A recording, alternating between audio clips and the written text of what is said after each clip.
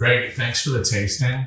And it's been really fascinating to, talk to you and taste your wines. Thank you. How many years did you say you've been making wines here in Santa Rita Hills? So I've been working in Santa Rita Hills for 32 years now. I started in a tasting room, May of 91. And then I got my first assistant winemaker job end of December 92. Yeah, so 32 years. And I love the way that you said, for all those years, you've been basically working on 4 miles of a road. Yeah, and that's the interesting thing too. I think I'm very, it's very provincial if you think about it. I love all other regions the same, really equally. And I love that I'm kind of not figuratively born here, but essentially born here on a professional level. And I love I've only worked here and I'm kind of part of the landscape. And I cherish that and almost nostalgically reflect on that more and more. Yeah, it's awesome. And with that history and sense of place, where do you see Santa Rita Hills now? It's in a beautiful kind of step in its evolution. I think I still think I'm like a relay race or something, right? And there's the true pioneers like Richard Sanford and Pierre Lafond and Bruce McGuire, Brian Babcock, that really took a huge risk when nothing was here. And I'm, I guess, second generation, depending on how you carve it up. And seeing the past 30 years has been so beautiful.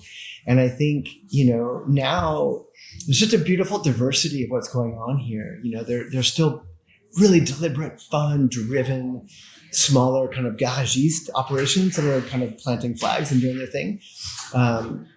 There's, larger financial investment that's going on. There's corporate involvement. There's European involvement. And I think it's all so pivotal and instrumental and kind of to make this place continue to evolve, right? Because we all have our own routes to market. We all have our own voices. We all have our own kind of connections. And it will continue to amplify the region around the world. And that's really, really exciting. And what do you think that does for the, and talk about the wines? What does that mean for the wines? Well, I think there's a stylistic kind of range as well, right? I think, there are people that are rooted in kind of how they've been trained and where they're from and kind of how that part all started. And then there's also a desire and a drive to alter and to carve out, a name for oneself at the same time. And that's awesome because the thing about Santa Rita is that we have a really long growing season. It's very predictable. We have a very long aperture of harvest season as well. Yeah. So if your inclination and aesthetic is to pick early to maintain that kind of vibrancy and edge and crunch, or whatever you want to call it, the fruit is still developed. It's still been a very long trajectory on the vine. The middle is always appropriate. And even on the back end, where I normally kind of play, to be honest, there's still freshness.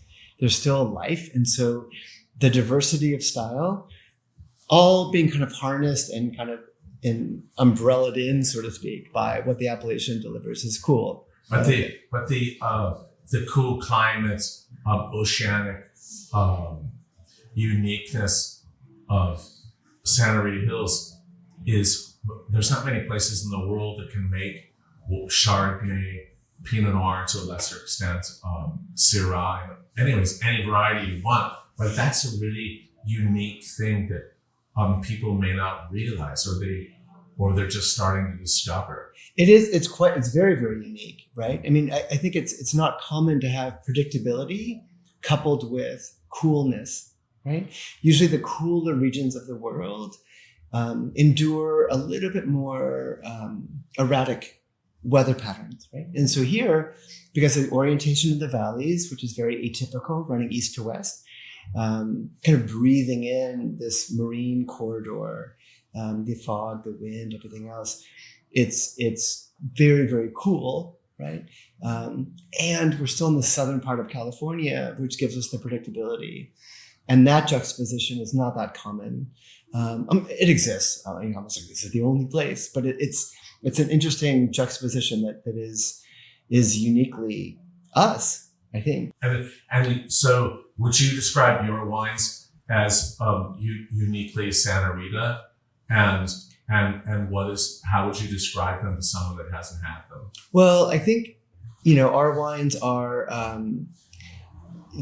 Santa Rita is Santa Rita. I think, especially, in the case of the Chardonnay, there's an oceanic lemon, lime, salt, briny kind of character to the wines that, regardless of aesthetic, be it stainless or oak or pick early, pick late, new, stirred lees, not stirred lees, there's a Santa Rita voice that is very specific, especially with Chardonnay.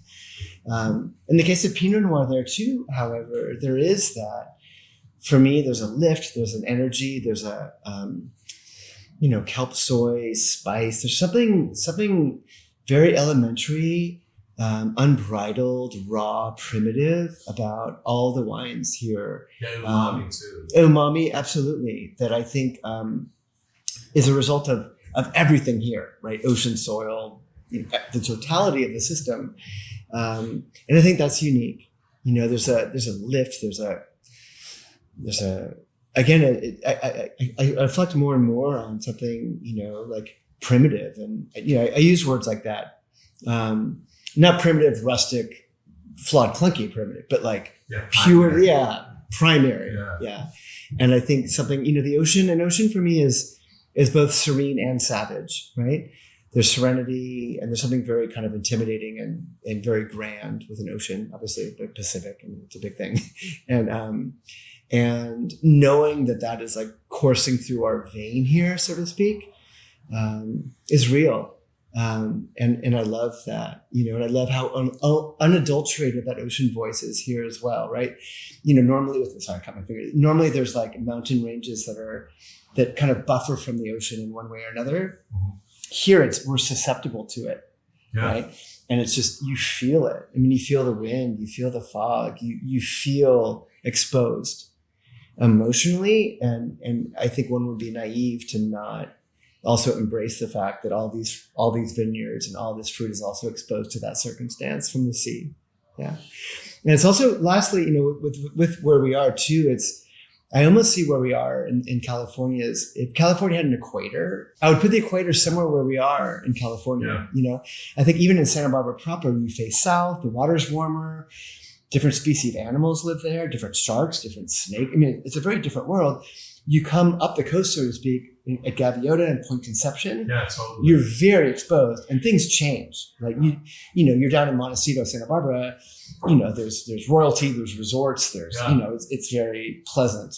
You get to Point Conception and you're on your own wearing fleece, writing poetry and, thinking about your life. I mean, it's a very different ocean. Right, you don't hang out there. And I think that's the ocean that we are embedding in these wines. You got it. And that's what's cool about it, I think. Yeah. Awesome. Thanks a lot. Yeah. Thank you.